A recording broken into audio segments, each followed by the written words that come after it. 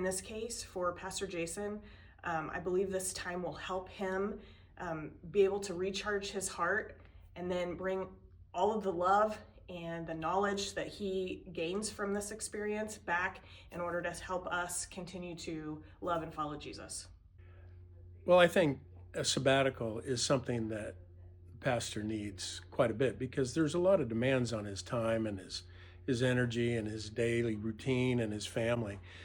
But I think it's not only refreshing for the pastor, but it's also refreshing for the congregation because it gives us an opportunity to rely less perhaps on our pastor and more upon ourselves to explore how we can add to the congregation's journey to accepting Christ and to furthering their commitment and their belief and their compassion, and perhaps find new ways to grow our own faith personally, individually, and not only as a congregation.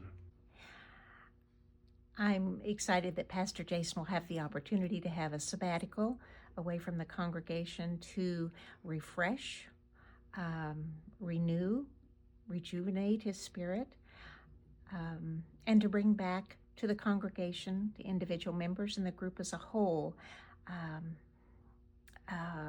joys and new life, and just coming back with a refreshment to refresh us also, and to share what he learns and how that can benefit our congregation by just simply renewal.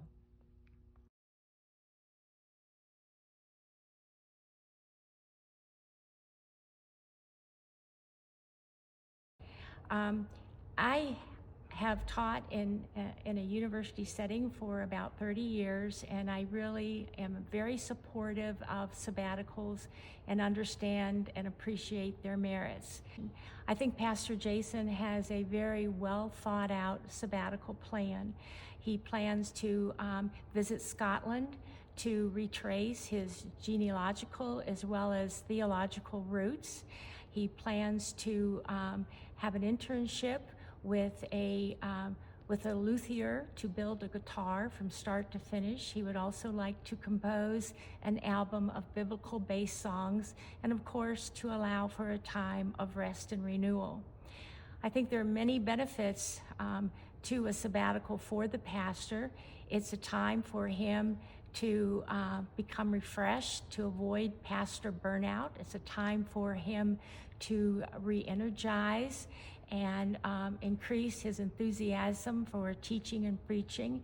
It also enables him to trace his theological heritage, and Scotland is a great place to do it.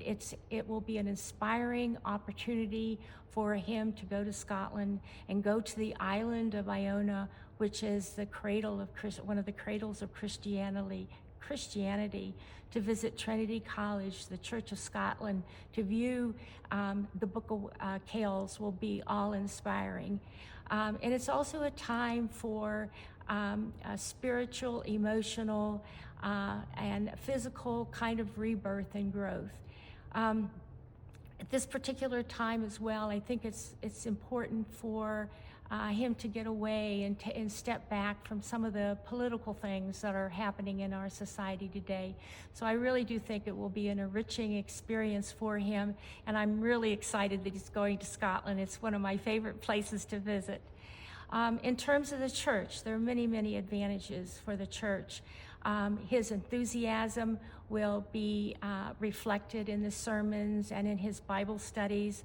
His new theological knowledge will be carried forth in the sermons. He contributes quite frequently to the music programs in his church, and I think that will continue and be increased. And also, it's a way of the church showing that we love our pastor, and that is extremely important. And also it's a way of keeping our pastor in Kansas.